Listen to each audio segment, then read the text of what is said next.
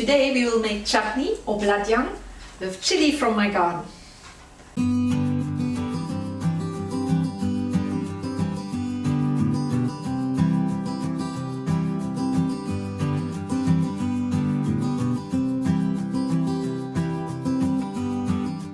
Please subscribe to my channel to be notified of future videos. Hi, my name is Nadine from Nosh, and today I would like to show you how you can make your own chutney. In South Africa you call it bladjang.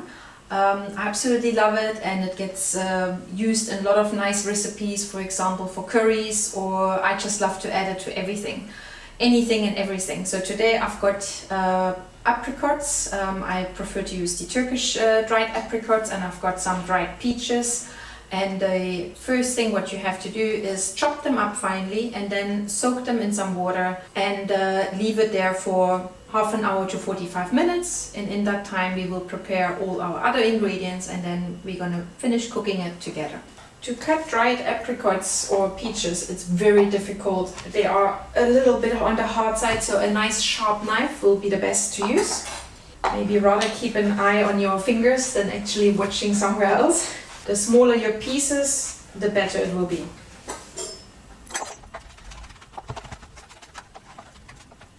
The peaches are a little bit difficult to cut. Apricots will be so much easier than the peaches.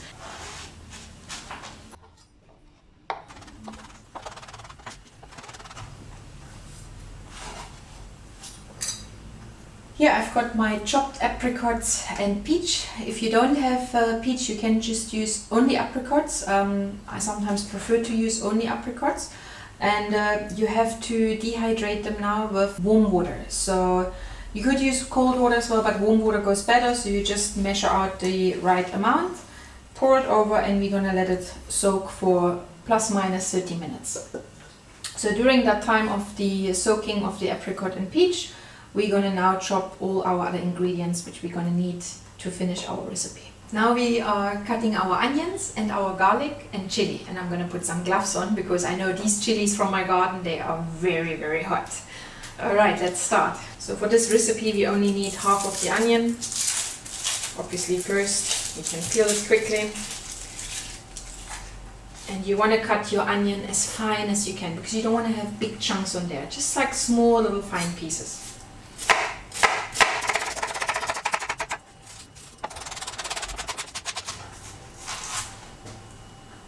If you feel it's not fine enough, you can just use the old grandma style, hold your hand on top and chop it finer.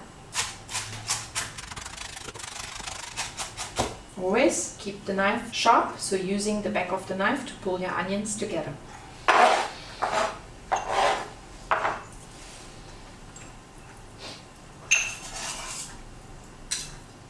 Now we're going to chop our garlic as well very, very fine because we want to get the flavor there but not big chunks. So if you're a garlic lover, you can increase your garlic to 2 or 3 cloves. I'm just keeping it for 1 because I don't like the garlic smell too strong. Some people crush their garlic first. I prefer to peel mine and then crush it afterwards.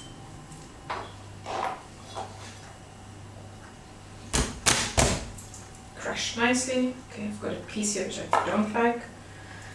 Chop this off and chop it really fine.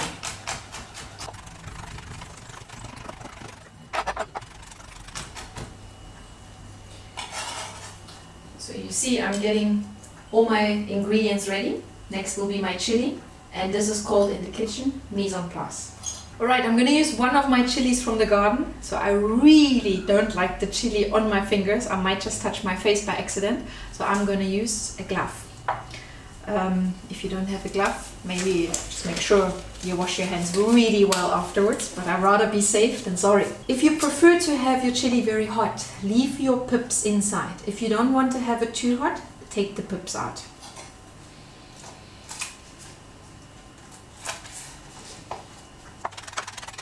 As you can see, I'm chopping mine with the pip inside, so I want it a little bit more on the hot side.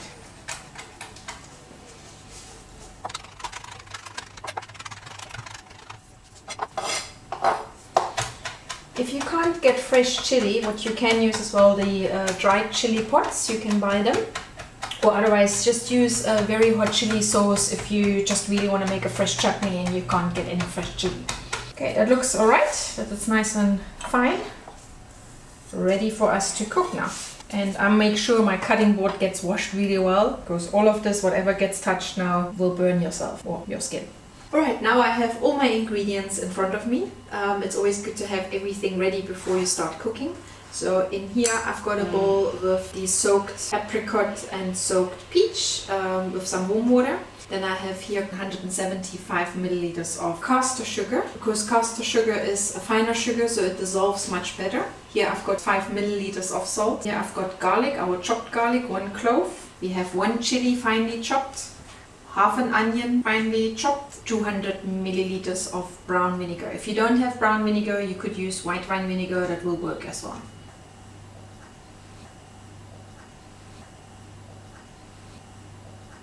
Alright, so now we can start cooking, and we're gonna add all our ingredients. We're gonna start first with our brown vinegar. So I have switched my pot on.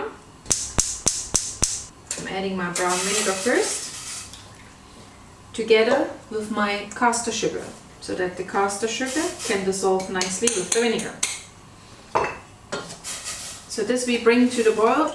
You could, at the other hand as well, fry your onions and everything for more flavor. What I will do, I'm just gonna add it to our mixture just now, once this has started boiling. I'm gonna add as well my salt, which is my dry ingredient, and now we wait until it starts boiling.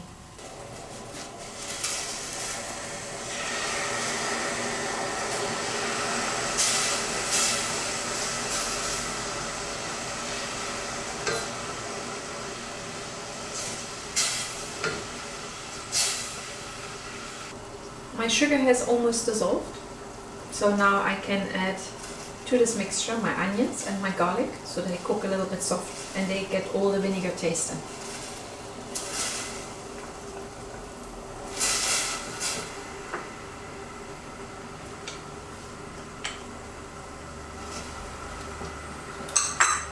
And as well, I'm gonna add my chili. If you don't like the chili too much, rather add it at a later stage.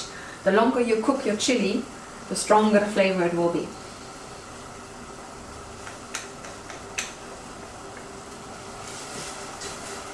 So this I will cook now for 5 minutes, and then I will add all my prepared soaked fruit.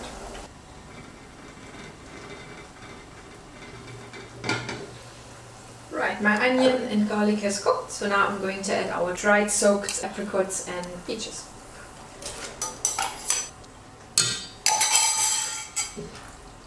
So this mixture you can let cook as well for plus minus half an hour. I prefer to use a very low heat, and I'm going to leave the lid off for half of the time, and then I will see how the consistency is, if I need to put the lid on and not to lose too much moisture of the chutney.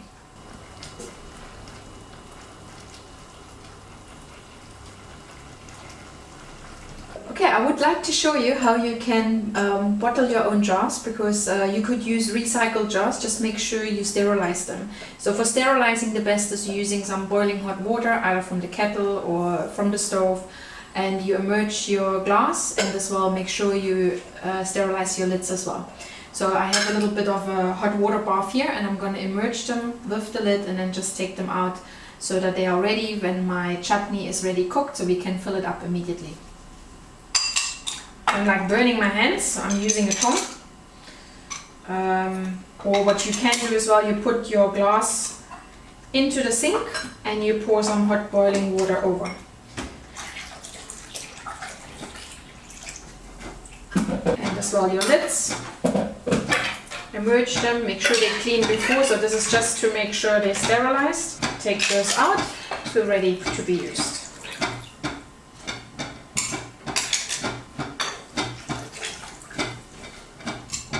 You can use the same process if you make jams, anything what you would like to bottle. So this will keep your food for much longer preserved without adding actually preservatives. Right, so halfway during the cooking time, you check your consistency, and I can see the consistency is now, the liquid has cooked out. So I prefer to continue cooking with a lid, so that makes your dried apricot and peaches a little bit softer.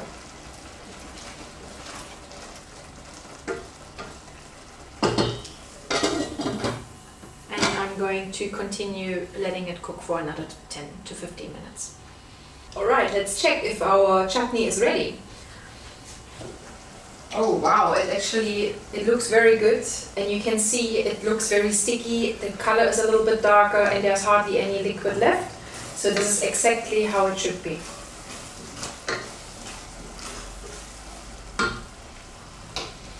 Okay, so now we're going to bottle this in our prepared jars. Could be a little bit messy, but it is best when you do that while your chutney is still hot.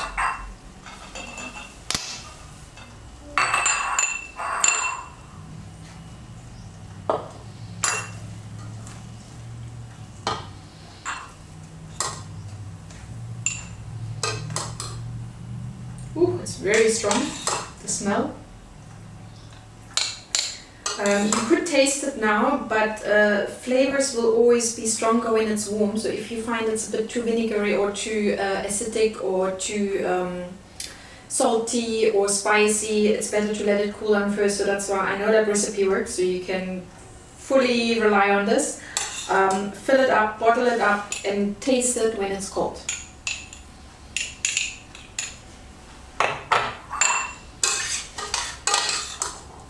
Another little tip, what you can do, I personally love ginger, so you could even add ginger to this recipe.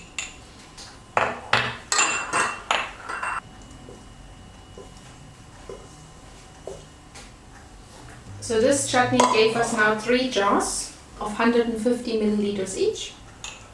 And maybe add a little bit more to here to make it fair.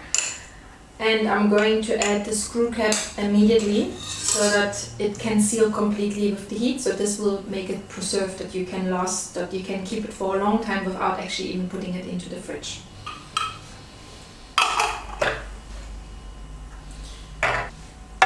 When you make a jam, you can do the same thing.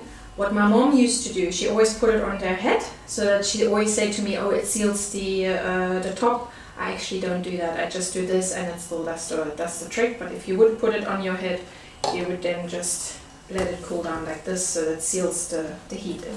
But that's entirely up to you. And I hope you enjoyed the chutney or blat yang, and you have fun cooking it and preserving it, and then serve it with your favorite dish. You can check out in future, there will be a curry recipe with chicken, and this will be awesome with your chicken curry. Thank you so much for watching this video, it really means a lot to me. Please let me know in the comments below how this recipe worked out for you. If you have any suggestions or anything what you would like to see in the future, please leave me a comment below. I'm happy to do this for you. Please subscribe to my channel to be notified of future videos.